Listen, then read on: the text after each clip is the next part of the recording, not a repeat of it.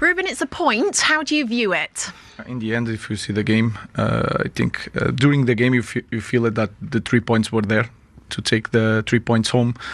But then, with everything that happened, with Harry has to come out, Casemiro has to come out, Ben suffered 2 goals again in the short period of time, but to manage to score again, so it's a point. When you cannot win, you don't lose the game, and once again we managed to do that. But if you look to the game and if you feel the environment, we have so much to grow as a team, because today was our day to win this game. Tottenham came and made some substitutions at half-time. What sort of changed for them to get back in the game to get the 2 goals for you? I think it's more we need to look at ourselves. We were not pressing with the same intensity. We allowed, because we felt comfortable, but we need to understand that, but to feel also that if we have a little bit more bravery, we can kill this game. But sometimes it's like that. You have a first half better than the second. But the mentality is clearly there, because at the end it looked like Richarlison was going to score the winner, but then De Ligt still had the opportunity. Yeah, I think is the positive point, is that they managed to push forward, to understand with less one player is to push the ball to the final third, trying to win a corner. We did that, and then we believe in our capacity to score goals until the last minute, and we did that. Well, it's a sweet feeling, I think, certainly when the crowd may be on your back for some of the celebration, for some of the substitutions, and then you manage to get the positive result and outcome, and them all contributing as well. And then they just built from that to the point where Richarlison thought he'd won the game for them. The celebration certainly said that he thought he'd won it. But you know what, Linz? They had loads of bodies in the box, obviously, for that first goal, and then obviously here, they just do really well. Richarlison, it's such a clever header, Crouchy, isn't it? You see on this angle, Ugarte, he gets in there deep and he can't get out. He just doesn't have time. That's why Richarlison's onside. Obviously, they're going for the shot, but the header, Crouchy, from Richarlison is great. He needed that, Richarlison. He had a difficult afternoon, I thought, today, but that was his moment. It was a fantastic flick of the head, great finish. But I thought he had a difficult game, but the relief of that moment.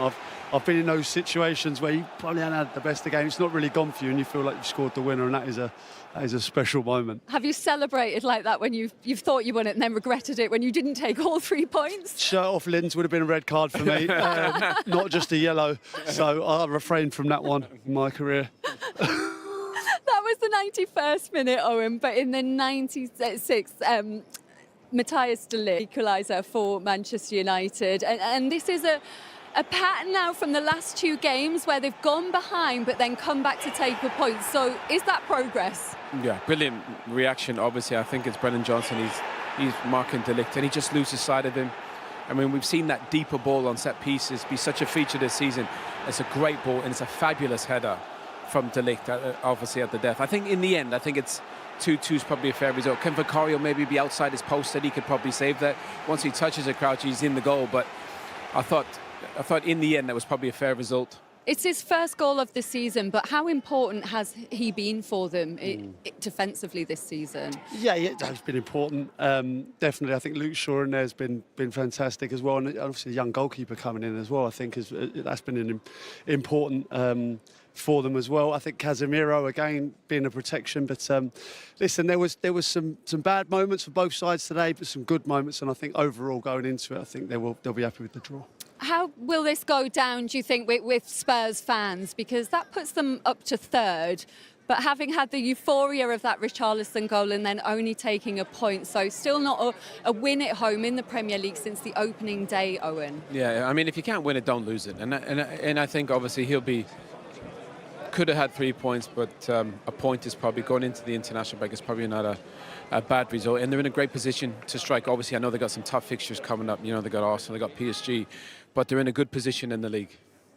Yeah, and we can see the Spurs manager, Thomas Frank, coming out to join us now. Hello, Thomas. So a point at the end of that game, after the euphoria following Richarlison's goal, does that feel like a good point gained, or do you feel like you let 2 points slip? I think the very big positive from this game is, I would say, the overall performance, but especially second half, where we stick to the game plan, stick to the structure, stayed in the game, kept doing the right thing, kept believing, which of course I think is, I think that's huge when we, look back at the Chelsea game and we haven't won as much home and all that. We know it's out there. So that to keep going, don't get attracted to stuff we shouldn't do, and then we come back, scored a brilliant goal, then we get the 2-1 up, and of course you're disappointed we don't win that late in the goal, and in the end, in 11 against 10. But that is just football. How many times have you seen it? So the positive is the players' reaction and how they kept going. And the positive, I guess, as well, the impact of your substitutions in the second half. How pleased were you with the impact they made? All three of them involved in Matisse's goal. Yeah, definitely. I think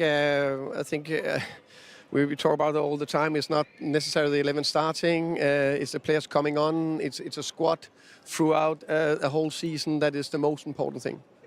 How difficult is it with the players on the sidelines at the moment? I don't think many people have suggested that. Obviously, attacking-wise, so many players missing. How difficult has that been? No, of course it's difficult. But that's why you have a squad. So you have other players that need to both step up, and you need to make it work. That's my job. But again, on the flip side, I don't know any coach that don't want his best players on the pitch, of course. But I think today was a good step forward, also offensively. I mean, initially in the game, I think there was a lot of crosses, but not many of them came off. But obviously for the first goal, it felt like you had a really good presence in the box. Man United defenders were occupied. And I thought that's kind of where that persistence came from, kept getting the ball wide, getting crosses in. Yeah. And obviously Tel does brilliantly. Yeah, I agree. And I think first half, we got a massive chance to Richarlison. It's like it's a free header. He needs to do better. He is so good at that. We know that. But you're right. There's something in where's the opportunities, where's the gaps. So in open play, maybe a little bit down the side on the outside centre backs, but because they sink in, and even they have a lot in the box, I think there's good opportunities for the crosses. How do you feel about Xavi Simons? It looked like he worked hard today. Bits came off, bits didn't come off. What do you make of his performance? But I think it was, again, a positive step in the right direction. I think he had a good game against Copenhagen. Of course, it's a different opponent today. So I think he worked hard. I think he landed on the right second balls. I think he was involved in the right actions.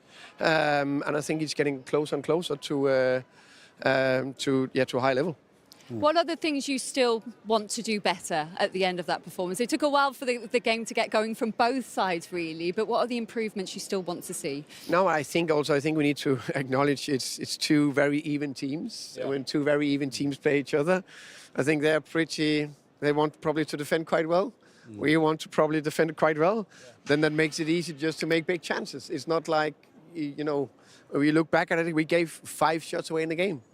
That's on paper an unbelievable defensive performance, and the goal was a mistake, really. Exactly, again, yeah. Exactly. So that's why in many ways it was a positive performance going forward, in my opinion. And you're third as it stands now, following that point. How does that set you up as you go into the international break? But then when you come back, you've got 2 massive away games on the horizon with Arsenal and PSG on the way. Yeah, I think I take a lot of positives out of this performance. There's always things we want to do better. I think if someone asks us where we are right now, to be able to compete okay in the Champions League, compete okay in the Premier League, with where we were last year, and also with the amount of injuries still, we can't run away from that. I think that's quite good.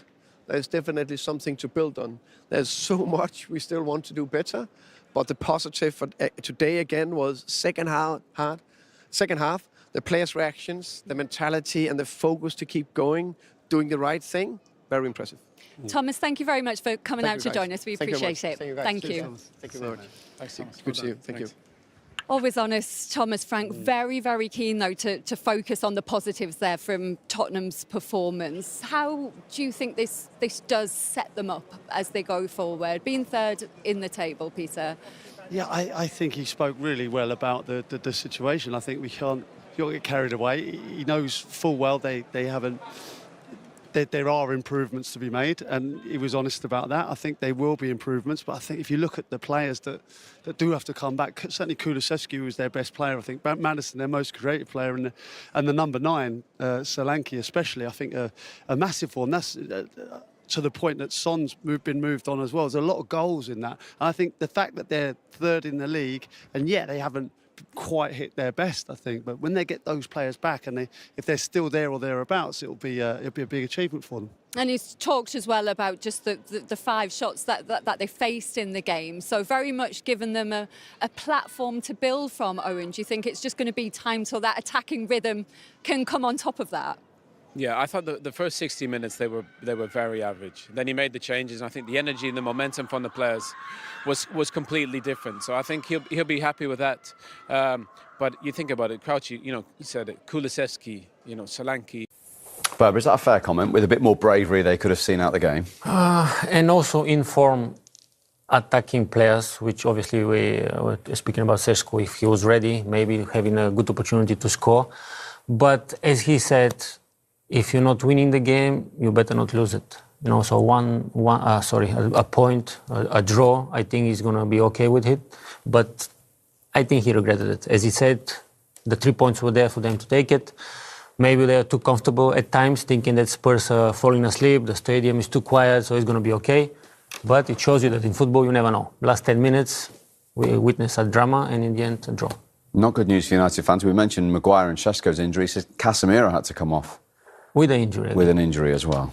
Well, that's the job of the manager eventually, to know how to manage a situation like this and to make the players ready for the next game. And they have a good fixture of games that they can, if they're ready and have that consistency, concentration, and that bravery, let's say, of the forward pass, of the risky pass, of taking the chances when it's there, I think the season can go even better because they're in a good position to attack the first places in the table because the difference between points is very, very small. That is 2 of Berber's former clubs done then. Another one to watch because Fulham are at Everton. That's our main feature game. We'll also keep you bang up to date with a big game at the bottom, West Ham against Burnley. But Fulham, who've lost their last 4 Premier League away games, are at the Hill Dickinson Stadium to face Everton. Let's get the managerial thoughts ahead of that one, beginning with the Everton boss, David Moyes. David, first home game here since the defeat to Spurs, the only game you've lost here. So I'd imagine, I know you're up for every game, but extra incentive today. Yeah, well, we've actually made a really good start. You mentioned the 1 defeat, but we've actually played really well here. So let's hope we can continue to do that. One change in the team today, Timmy Rabunum comes in for Jake O'Brien, who had started every Premier League match. What's the thinking behind that? I just felt that we needed to just look to try and alter things a little bit, see if it works for us. So, Jake's done brilliantly well. He's hardly missed a minute for us. He's probably played more minutes than any other player. But I just felt it was the time to have a little look at something else. One change in your team today, Sasha Lukic coming in for Josh King. Is that about getting more control in the middle? No, it's the triangle is be there. Okay, different to have Josh or to have Sasha. They are different profile of players. Or if you have there Emil or Tom Carney or whatever. Something that we want for the game. We want to keep Kevin on the left side as well, and we decide to stay with to start with.